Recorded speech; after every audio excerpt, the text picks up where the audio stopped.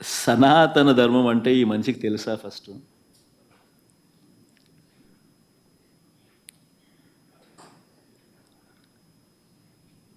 సాక్షాత్తు నువ్వు ఆ కూటమిలో ఉన్నావు. సాక్షాత్తు చంద్రబాబు నాయుడు నీ కళ్ళ ఎదుటే ఈ తప్పు చేసినాడు.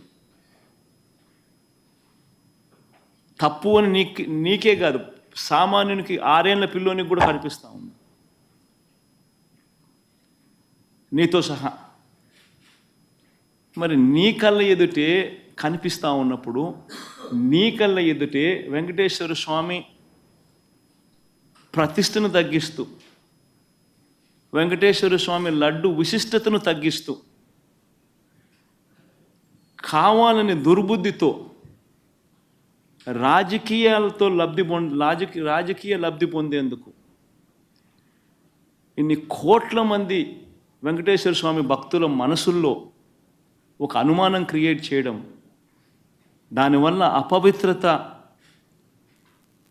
తిరుమల తిరుపతి దేవస్థానానికి, తిరుపతి లడ్డు విశిష్టతకు తగ్గిస్తూ జరిగినప్పుడు, అందులో నువ్వు కూడా భాగమై,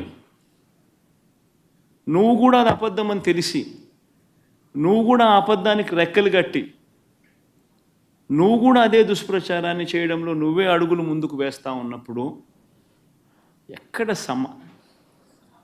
సనాతన ధర్మం గురించి నువ్వు మాట్లాడతావు? కరెక్టేనా మనం చేసేది?